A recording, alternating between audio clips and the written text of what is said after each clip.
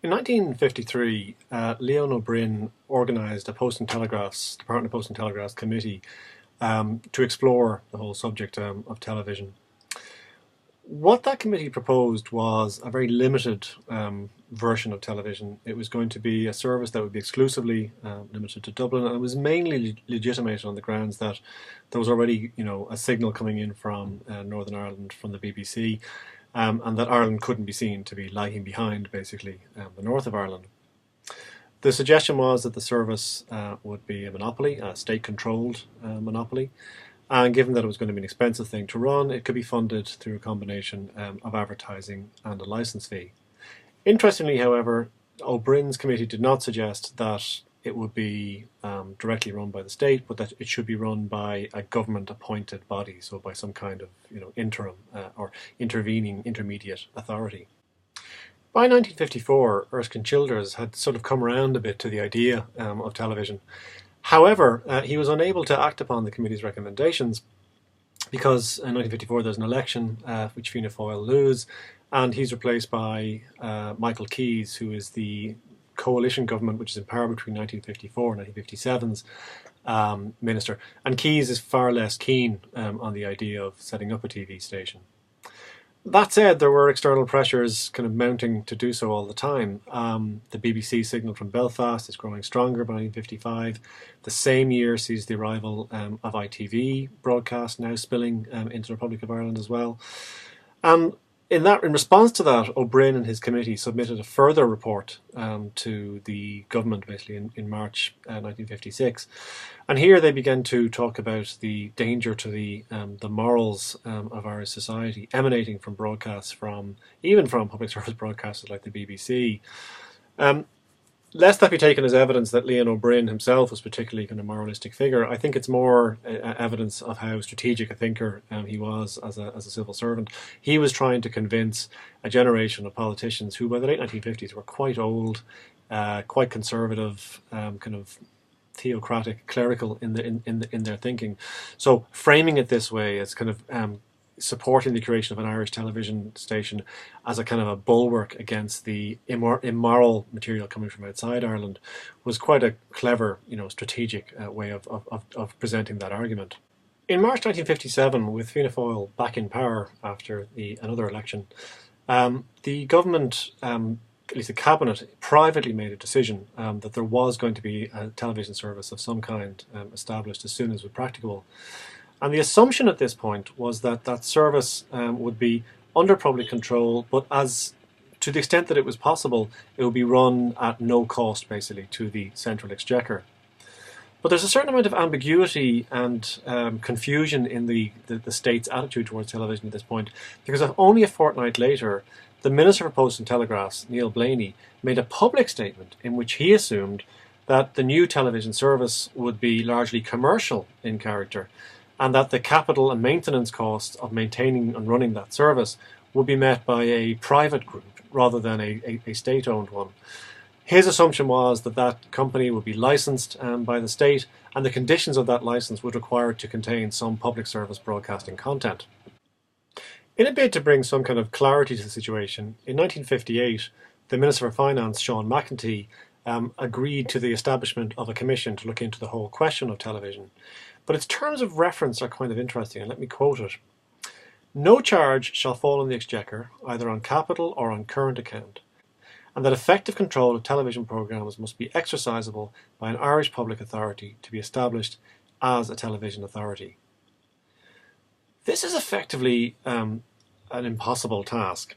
The only way to ensure that television could be cost-free was to hand over the operation of it to a commercial operation, so a private company. But no private commercial operator was likely to want to take on a service with the kind of public service obligations that the state was likely to impose upon it. Given this, it's no real surprise that the Commission ended up recommending that the operation of the television service should be handed over to a private firm. It's the only way of ensuring that no charge would fall upon the Exchequer. It advised the government that, and again let me quote here, "If Ireland is to have a television service, and under the existing circumstances the Commission does not accept that Ireland can afford to be without its own television service, it follows the service must, for the present, be provided by private enterprise, notwithstanding the considerable difficulties that are attendant on the establishment of a commercial service by private enterprise.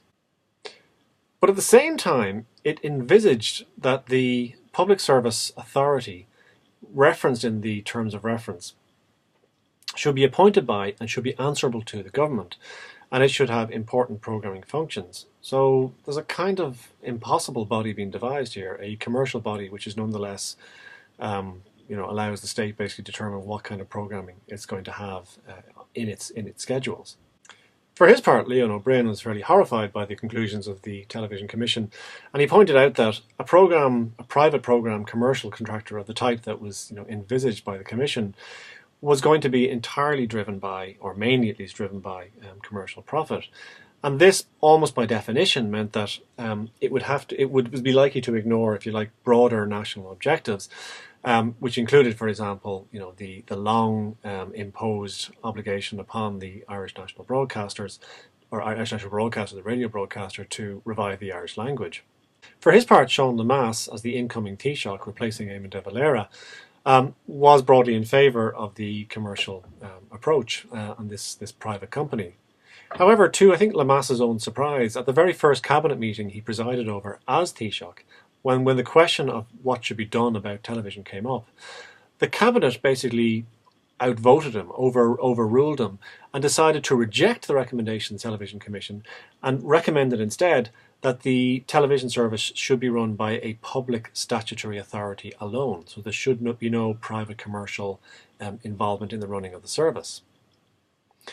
I suppose it's worth recognising that O'Brien's argument was likely to have appealed to some of Lemass's arguments. That is, identifying the potential role that television broadcasting could make in the development of national objectives, whatever those terms might have meant. Nonetheless, the die had been cast, and the result of this was embodied in legislation in the 1960 Broadcasting Act, which fundamentally changes the relationship between state and broadcaster. Again, up to this point, broadcasting had been run pretty much as a direct arm of the state, as an element of the Department of Post and Telegraphs. And this was even true after the establishment of the Comhairle by Ard Chomhairle in 1953. What happened as a result of the 1960 Broadcasting Act is that day-to-day responsibility for the operation of the service was now taken out of the hands of the state and placed instead into the hands of the Radio Éireann Authority and what would later become the Radio Telefís Éireann Authority, or the RTE Authority. Now, these individuals were appointed by the state. They're still appointed by the state, for that matter, by the Minister for Communications. But once appointed, they don't have to answer to the state on a day-to-day basis. The authority is given a relatively free hand in the operation of the service as a whole, although the government does impose some obligations and requirements on it and retain some functions with regard to broadcasting. First off, the state had the right to determine how long the broadcasting day was going to be. Secondly, how much advertising could be carried on the broadcaster. It was up to the state to determine how many stations could be licensed to operate. So if RTE wanted to set up a subsidiary station, then that required state permission. Section 17 of the Act required, and I quote, the authority to bear constantly in mind the national aims of restoring the national language and preserving and developing the national culture. Section 18, again I quote, required that in news, current affairs and matters which were the subject of public controversy, that the station should present material objectively and impartially and without expression of the authority's own views. However, the section which was relating to state control, which perhaps turned out to be most controversial, was Section 31. This empowered the government to issue a directive, an instruction to the RTE authority in writing, I stress that, at any time, which either A, prohibited the broadcast of specified material, or B, insisted on the broadcast of specified material. Now, it would be a decade before this provision was actually brought into effect, and it would be its use will be prompted by the deterioration of the political situation in Northern Ireland. Nonetheless, it remained quite a powerful kind of weapon, if you like, in the government's arsenal with regard to the national broadcaster. Nonetheless, overall, on a day-to-day basis, the new broadcaster, Radio Éireann, or RTE as we become from 1966, um, enjoyed a considerable degree of autonomy from the state, certainly far greater than anything which had prevailed in terms of broadcaster-state relations up to this point. And as such, it was, by the standards of what had gone before, a relatively liberal document.